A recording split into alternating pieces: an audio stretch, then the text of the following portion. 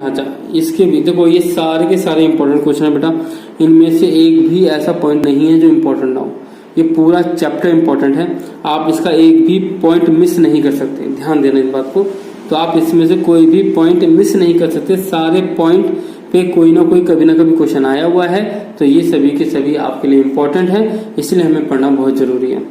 Hello everyone, welcome back to study campus. Study campus के YouTube channel आप सभी का स्वागत है।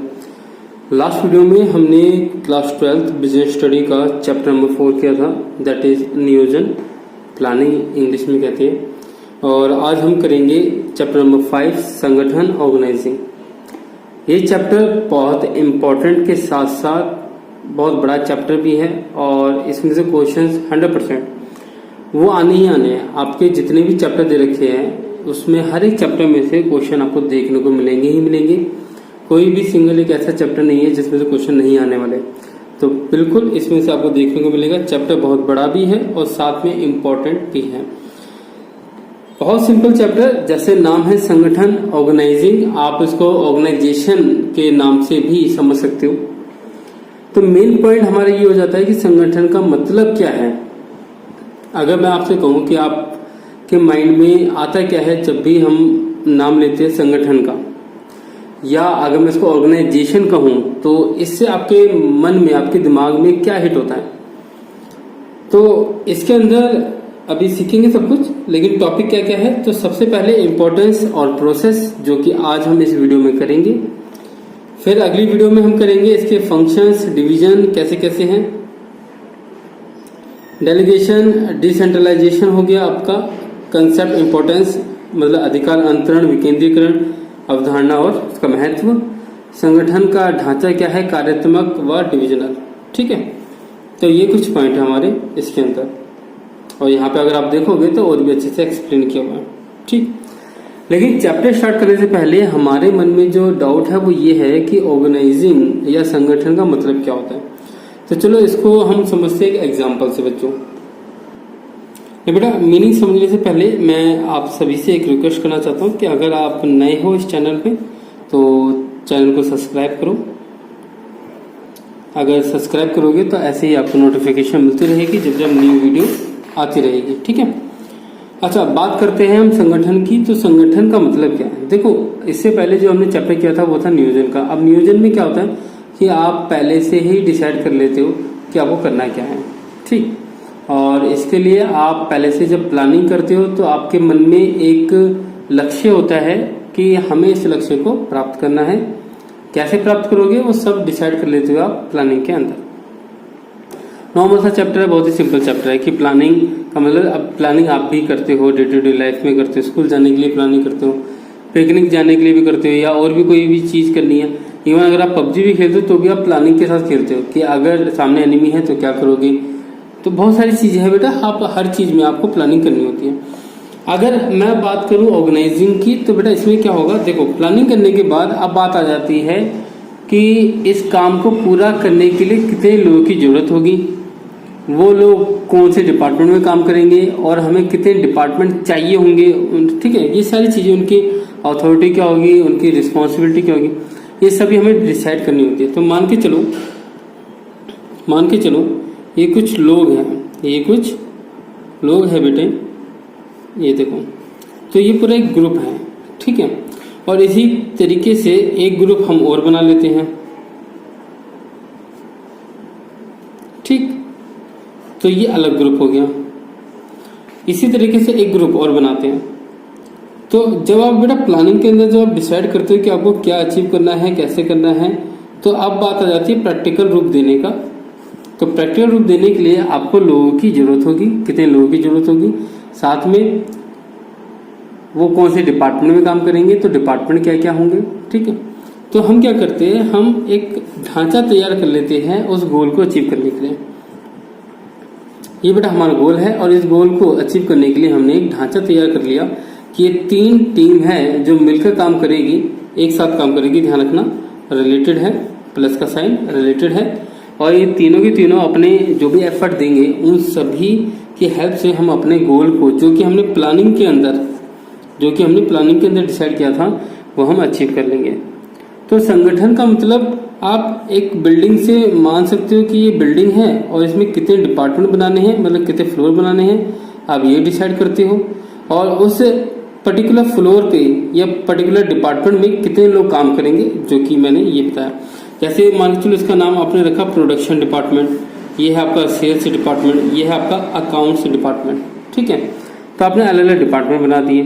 तो संगठन में क्या होता है कि आप फ्लोर बना लेते हो, आप यहाँ पे डिपार्टमेंट बना देते हो, वहाँ पे आप ये एस्टिमेट कर लेते हो कितने लोग चाहिए, उनकी अथॉरिटी क्या होगी। तो ये सब आप सारी चीजें एस्टिमेट करते हो, उसका हम बोलते हैं संगठन करना, उसका हम बोलते हैं ऑर्गेनाइजिंग करना, ठीक। आप एक स्ट्रक्चर की तरह मान सकते हो, एक ऐसी बिल्डिंग जो अभी बन रही है उसको हम संगठन कहेंगे, ठीक है, जिसमें आप डिपार्टमेंट को डिफाइन कर देते हो और कितने लोग। ध्यान रखो अभी ये लोग काम नहीं कर रहे हैं, अभी आपने सिर्फ कागज पर किया है। संगठन का काम बेटा आप कागज पे करते हो सबसे पहले।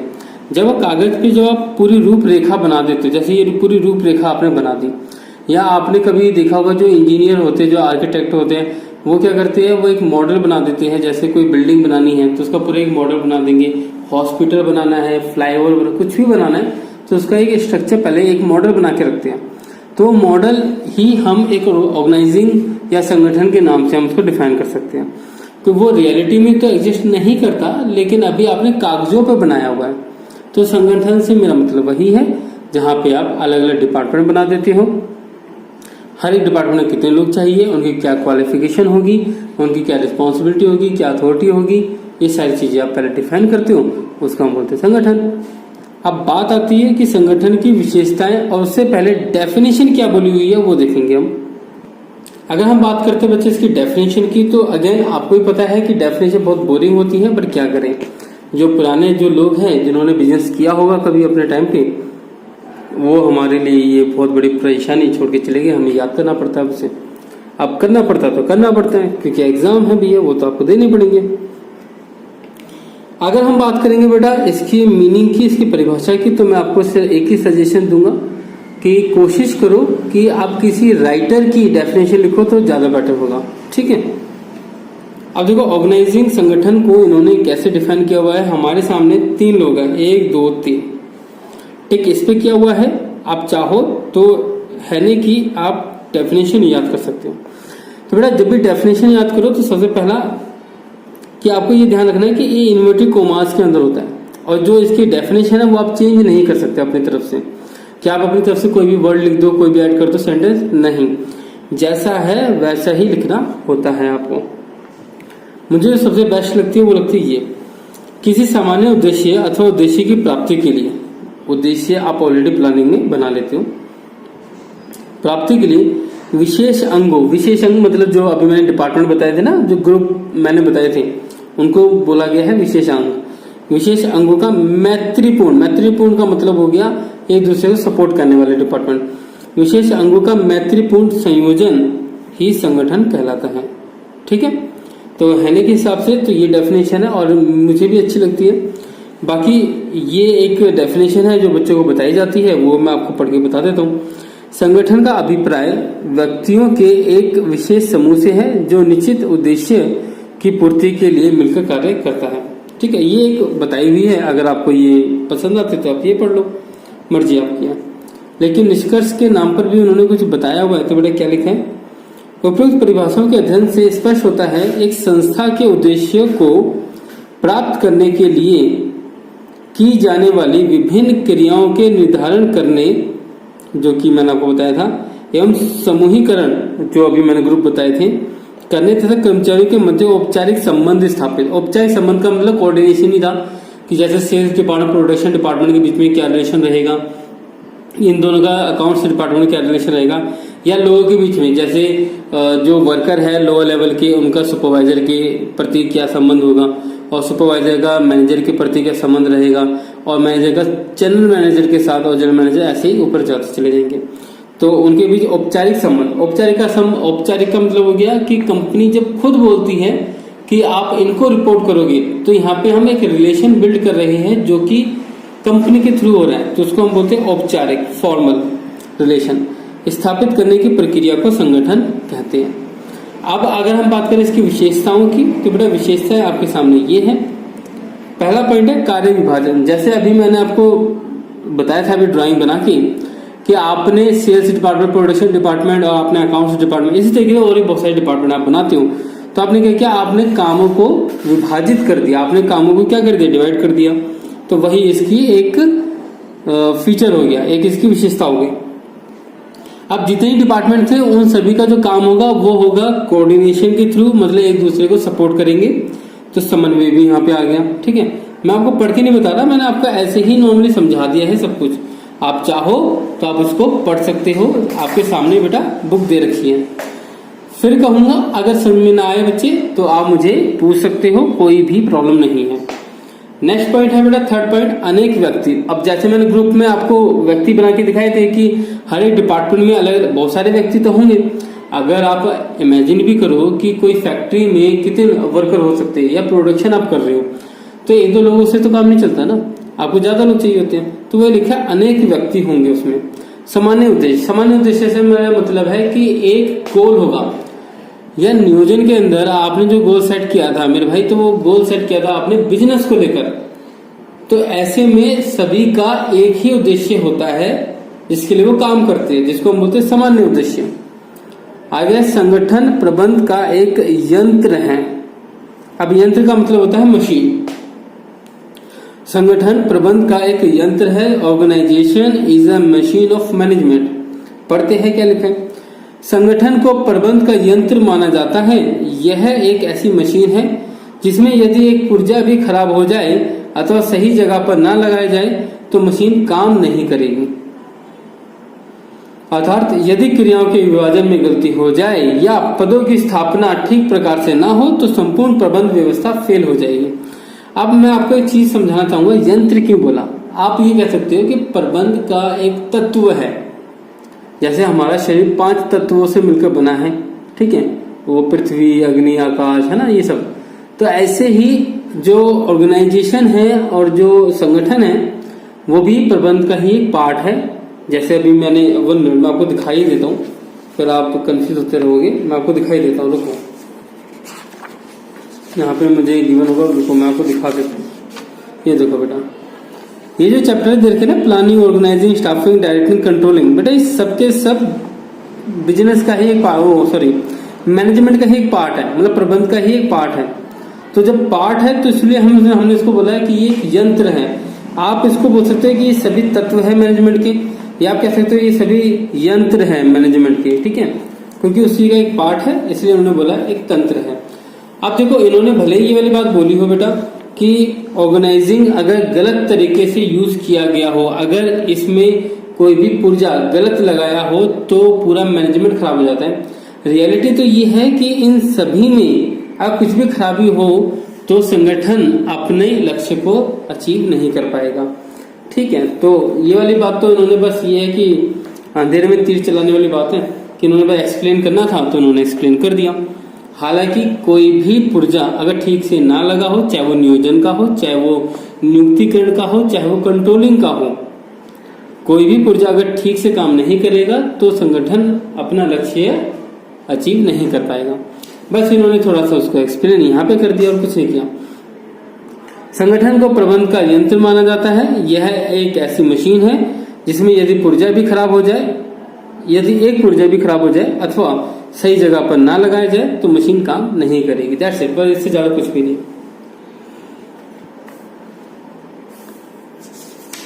अब बात करेंगे बेटा इसके महत्व की। बच्चे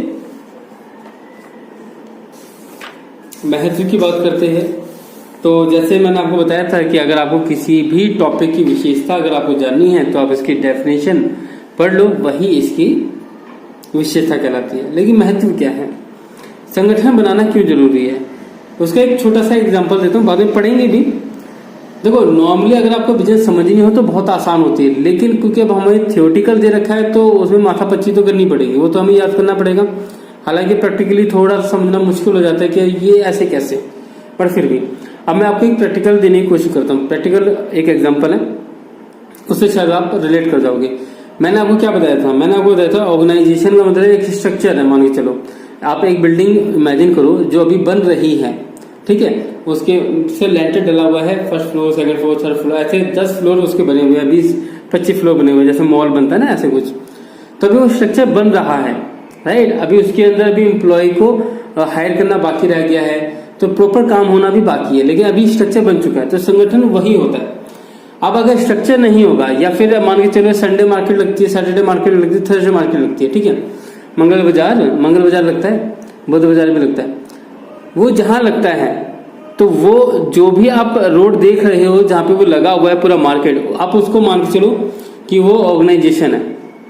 अगर वो रोड नहीं होगी तो वहां पे बाजार लगेगा नहीं। अगर बाजार नहीं लगेगा तो वहां पे लगाने वाले जो भी दुकानदार है वो अपने लक्ष्यों को हासिल नहीं कर पाएंगे। तो वो जो रोड है आप उसको ऑर्गेनाइजिंग मान लो, आप उसको ऑर्गेनाइजेशन मान लो, तो उस रोड की जो महत्व है, उस रोड का मार्केट लगाने के लिए, वही महत्व यहाँ पर आपको देखने को मिलेगा। आप संडे मार्केट अगर आप जाते हो तो बेटा अगर रोड ही नहीं होगी, वो मान के चलो वहां पे गड्ढा खोद रखा है हर जगह पूरी रोड पे, तो मार्केट कहाँ लगेगी। तो जो इम्पोर्टेंस उस रोड की है मार्केट के लिए, वो ही इम्पोर्टेंट है बेटा संगठन का, ठीक। तो पॉइंट क्या है बेटा, पहला पॉइंट लिखा है विशिष्टीकरण का लाभ मिल जाता है आपको। विशिष्टीकरण का लाभ कैसे मिलता है, देखो संगठन में आप क्या करते हो, आप डिपार्टमेंट डिसाइड कर लेते हो, उसमें कितने लोग चाहिए वो भी डिसाइड कर लेते हो, उनकी क्या क्वालिफिकेशन होनी चाहिए वो भी डिसाइड कर लेते हो, कौन से पद पे होना चाहिए वो सब डिसाइड कर लेते हो। जब आप सारी चीजें पहले से ही डिसाइड करते हो, तो ऐसे में वहां पे काम करने वाला जो व्यक्ति आएगा वो एक स्पेशलाइज्ड व्यक्ति होगा, जो अपने काम में निपुण होगा हर तरीके से। तो इसलिए बोला गया कि विशिष्टीकरण का लाभ हमें मिल जाता है। नेक्स्ट पॉइंट है कार्य संबंधों में स्पष्टता। अब ऑर्गेनाइजिंग में क्या हो गया कि अब देखो संडे मार्केट में क्या होता है कि भाई कौन सी जगह पे कौन सी दुकान लगेगी पहले से इनके डिफाइन होता है, पहले क्लियर होता है। अगर पहले से क्लियर ना हो तो जहां छोले भटूरे की दुकान लगती है वहां पे लग रहा है जूते चप्पलों की दुकान, तो वे आपस में लड़ाई करते रहेंगे। तो पहले से ही ऑर्गेनाइज होता है, पहले से ही जो संबंध है वो सभी डिफाइन होते हैं। इसीलिए यहाँ पे लिखा है कि कार्य संबंधों में स्पष्टता होती है। संसाधनों का अनुकूलतम उपयोग है। अब देखो यार, जब पहले से ही सारी चीजें आपने डिफाइन कर ली, जब पहले से ही आपने सारी चीजें पता कर ली कि भैया कौन सी चीज कहाँ कब क्या कैसे कहाँ क्या होने वाला है, तो ऐसे में संसाधनों का अनुकूलतम तो प्रयोग होगा। अनुकूलतम प्रयोग का मतलब होता है कि आपने कम खर्चे में आपने मैक्सिमम यूटिलाइजेशन आपने कर लिया, आपने पूरा निचोड़ लिया। जैसे आप संतरे का जूस निकालते हो, आप दुकान पे निकलवा के लेके आते हो, ये गलत बात है, लेकिन आप घर में निकालते हो तो आप कहते हो उसका पल्प रह गया, अगर तो उसमें और भी जूस निकल सकता है, तो आप पूरा निचोड़ लेते हो उसको। तो सेम चीज, आप संसाधनों का जब 100% उपयोग कर लेते हो तो हम उसको बोलते हैं अनुकूलतम उपयोग कर लिया, ठीक। तो जब आप चीज पहले से ही डिसाइड कर लेते हो भाई क्या करना है, कब करना है, कैसे करना है। और ऑर्गेनाइजिंग में क्या है ना कि अभी आप प्रैक्टिकली कर नहीं रहे हो, अभी आप सिर्फ कॉपी में बना रहे हो सारी चीजें, तो अल्टीमेटली आपके पास टाइम बहुत ज्यादा है, तो आप बहुत सोच समझ के सारी चीजें करते हो। तो इसलिए कहा जाता है कि संसाधनों का अनुकूलतम उपयोग आप संभव बना लेते हो वहां पे। कोई बाई चांस अगर आपने कोई गलती कर भी दी तो बाद में उसको ठीक भी कर लेते हो कि नहीं ये पर्सन यहाँ पे ना होके यहाँ पे सही रहेगा, यहाँ पे सुटेबल रहेगा। परिवर्तन में सुविधा। अब परिवर्तन में सुविधा का मतलब क्या है वो पढ़ लेते हैं। संगठन प्रक्रिया एक संस्था को इस योग्य बना देती है कि वह कर्मचारियों के पद से संबंधित किसी भी परिवर्तन को आसानी से सहन कर लेती है। ऐसा ऊपर से नीचे सभी प्रबंधकों का एक स्पष्ट अधिकार श्रृंखला में बंधे होने के कारण होता है। जब भी कोई प्रबंधकीय पद रिक्त होता है तो पदोन्नति द्वारा उसे तुरंत भर दिया जाता है। अभी तक की जितनी भी लाइनें थी सब बकवास थी, बस ये वाली लाइन काम की थी। जब भी कोई प्रबंधकीय पद रिक्त होता है तो पदोन्नति द्वारा उसे तुरंत भर दिया जाता है। परिवर्तन में सुविधा से आप यहाँ पे मतलब क्या लगाया गया है बेटा कि आपका परिवर्तन क्या हुआ। परिवर्तन तो अलग अलग तरीके के हो सकते हैं। अभी यहाँ पे मैं एक्सटर्नल सोच रहा था, लेकिन अब यहाँ पे परिवर्तन क्या हुआ, इंटरनल हो गया। जनरल मैनेजर की पोस्ट खाली हो गई, परिवर्तन आ गया। अब वो जो गैप है उसको कैसे भरोगे। अब क्योंकि आपने संगठन में पहले से ही डिफाइन किया हुआ है कि जो मैनेजर है वो जनरल मैनेजर की पोस्ट लेगा, तो ऐसे में आसानी होगी ना परिवर्तन में, ठीक है। तो परिवर्तन लाने में सुविधा होगी क्योंकि आपने पहले से डिफाइन किया हुआ है कि जनरल मैनेजर की पद पे कौन कौन आ सकते हैं। नेक्स्ट है प्रभावी प्रशासन। प्रभावी इफेक्टिवनेस देखो कैसे आता है। इफेक्टिवनेस ऑलरेडी तभी आता है जब पहले से ही डिसाइड कर लो क्या करना है, कब करना है, कैसे करना है। तो काम इफेक्टिव का मतलब ये हो जाता है बेटा काम टाइम पर पूरा हो जाएगा। तो जब आपने पहले ही सारा ढांचा तैयार कर लिया कि कब क्या कैसे क्यों होगा, तो ऐसे में काम तो समय पे पूरा होगा ही होगा। इसलिए हमने कहा है कि प्रभावी प्रशासन होगा, इफेक्टिव एडमिनिस्ट्रेशन होगा, जो डिसीजन आराम से ले सकता है, जिसको अधिकार स्पष्ट है कि किसकी रिस्पॉन्सिबिलिटी क्या है, किसके अधिकार क्या है। तो एडमिनिस्ट्रेशन जो होता है, जो प्रशासन होता है, जो बिजनेस को चलाता है, उसको पहले से ही सारी चीजें क्लियर होती है कि कौन से डिपार्टमेंट में कौन से कितने लोग, उनके क्या क्या अधिकार, उनके क्या क्या रिस्पॉन्सिबिलिटी, वो सब क्लियर होता है। तो ऐसे में डिसीजन लेना और किसी को उत्तरदायी ठहराना बहुत आसान हो जाता है। तो इसलिए बोला गया है कि प्रभावी प्रशासन होता है, इफेक्टिव एडमिनिस्ट्रेशन होता है, जहाँ पे डिसीजन लेना, उत्तरदायित्व निर्धारित करना या उसको अधिकार देना बहुत आसान होता है, जल्दी हम दे देते हैं। कर्मचारियों का विकास।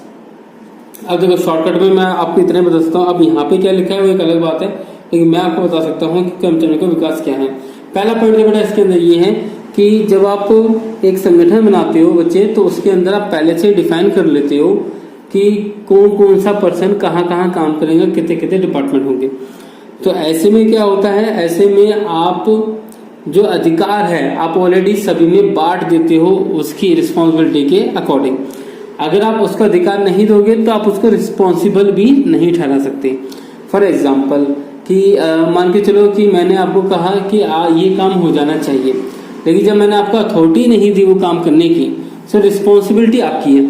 तो ऐसे में क्या काम हो पाएगा? अगर मैं टीचर को कहूँ कि ये 12th C क्लास पास हो जाना चाहिए, पूरे 100% रिजल्ट आना चाहिए, ये पढ़ाने के लिए मैं परमिशन दे नहीं रहा हूँ उस टीचर को, तो जब उसका अधिकार ही नहीं है पढ़ाने का, तो रिस्पॉन्सिबल किस चीज का है वो?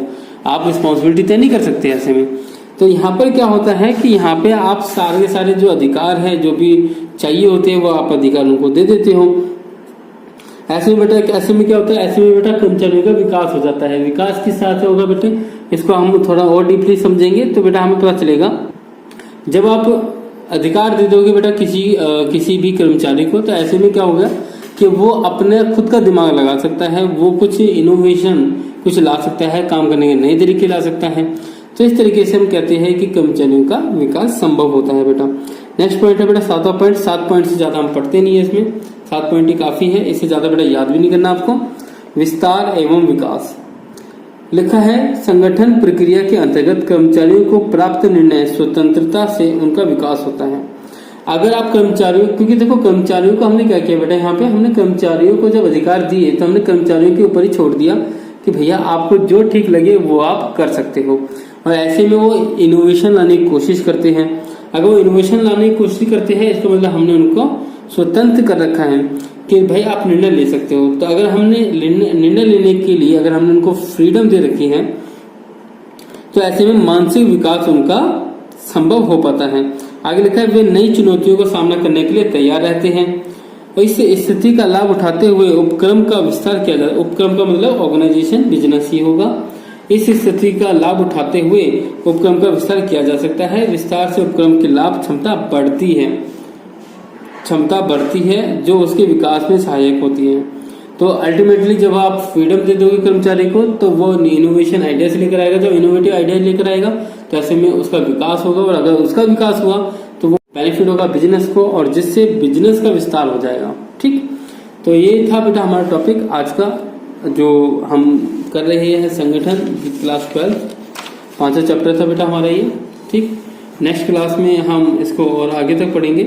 प्रोसेस, जैसे प्रोसेस है तो प्रोसेस करेंगे बेटा, फिर औपचारिक अनौपचारिक सबसे ज्यादा इंपॉर्टेंट टॉपिक, इसके बाद बेटा अधिकार अंतरण बहुत इंपॉर्टेंट टॉपिक है बेटा। डिवीजन ढांचा और कार्यात्मक ढांचा, इसके भी देखो ये सारे के सारे इंपॉर्टेंट क्वेश्चन है बेटा। इनमें से एक भी ऐसा पॉइंट नहीं है जो इंपॉर्टेंट ना हो। ये पूरा चैप्टर इंपॉर्टेंट है, आप इसका एक भी पॉइंट मिस नहीं कर सकते, ध्यान देना इस बात को। तो आप इसमें से कोई भी पॉइंट मिस नहीं कर सकते, सारे पॉइंट पे कोई ना कोई कभी ना कभी क्वेश्चन आया हुआ है। तो ये सभी के सभी आपके लिए इंपॉर्टेंट है, इसलिए हमें पढ़ना बहुत जरूरी है। तो मेरे साथ बने रहिए, अच्छे से पढ़ेंगे हम इसे, ठीक है। और एक बात और बेटा आप सभी के लिए कि अगर वीडियो अच्छी लगे तो बेटा सब्सक्राइब कर लिया करो चैनल को, और लाइक कर दिया करो, कमेंट कर दिया करो, और उन सभी बच्चों के साथ अपने स्कूल के ग्रुप के साथ शेयर करो। कोई देखे ना देखे, आप अपनी ड्यूटी पूरी करो, ताकि आपकी वजह से किसी का थोड़ा भला हो सके। ठीक है बेटा, मिलते हैं नेक्स्ट वीडियो में। तब तक के लिए टाटा बाय बाय। अच्छे से पढ़ाई करो, बोर्ड एग्जाम है बेटा, और आई होप आपके बहुत अच्छे अच्छे मार्क्स आएंगे बेटा। आप देखो केस स्टडी भी होगी, सब कुछ होगा, लेकिन इससे तभी हो पाएगा जब आप चैप्टर अच्छे से कर पाओगे। ठीक है, मिलते हैं बेटा नेक्स्ट वीडियो में, तब तक के लिए टाटा बाय बाय।